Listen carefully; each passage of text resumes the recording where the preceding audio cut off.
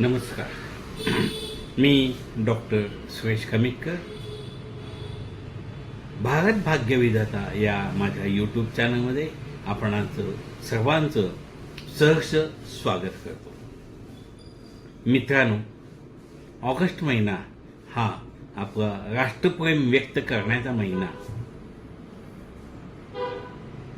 15 August हा आपला स्वातंत्र्य दिन आहे आणि तो अतिशय उत्साहामध्ये आपण संपूर्ण देशामध्ये साजरा करतो.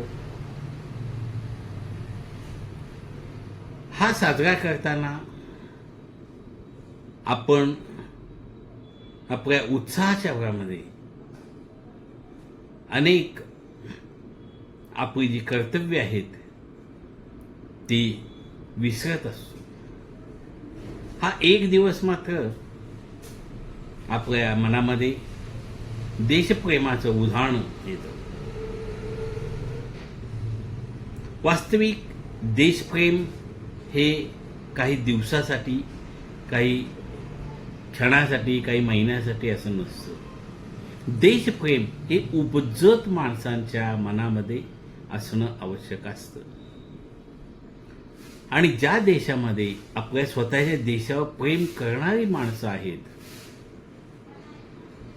तो देश नेहमीच संपूर्ण जगामध्ये स्वतःची पताका फडकवत असतो. परंतु आपल्या भारत देशामध्ये राष्ट्रप्रेमाची कमतरता दिसून येते.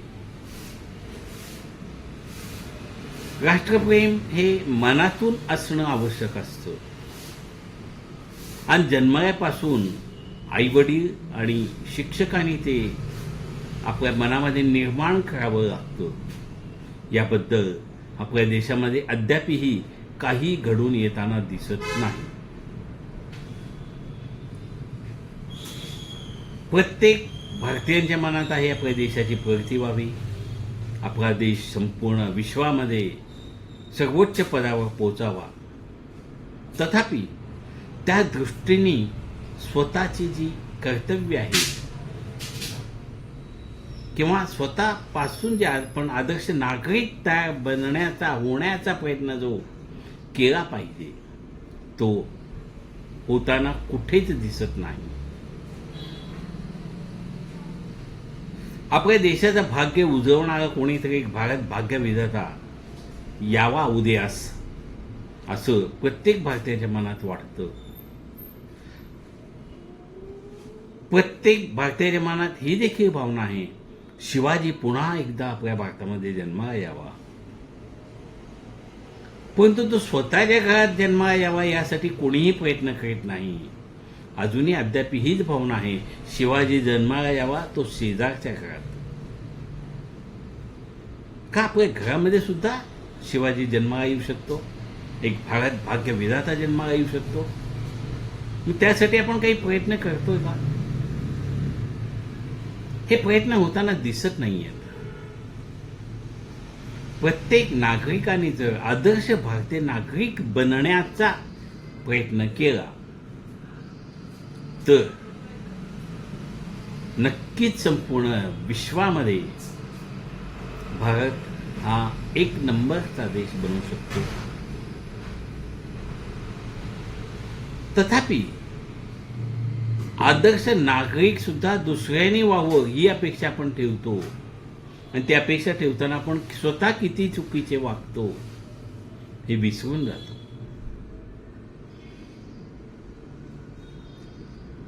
स्वतःपासून आधी आदर्श नागरिक तयार होण्यासाठी प्रयत्न होणे नितांत आवश्यक आहे. समोरची व्यक्ती ही आदर्श नागरिक असावा ही प्रत्येकाच्या मनात भावना आहे, 100% आहे. पण आपण स्वतः एक आदर्श नागरिक व्हावं या दृष्टीने अभावानेच विचार येतात मनात. स्वतःच्या हक्काबद्दल प्रत्येक भारतीय नागरिक हा अतिशय जागरूक आहे. तथापि स्वतःच्या कर्तव्याबद्दल अतिशय अनभिज्ञ आहे. आदर्श नागरिकाची कर्तव्ये काय असावीत, आदर्श नागरिक कसा असावा, त्याने देशासाठी काय केले पाहिजे, जे केले ते आदर्श आहे का नाही हे कोण सांगणार, हे कोण ठरविणार, असे अनेक प्रश्नचिन्हे भारतीय नागरिकांच्या मनात आहेत, उद्भवतात.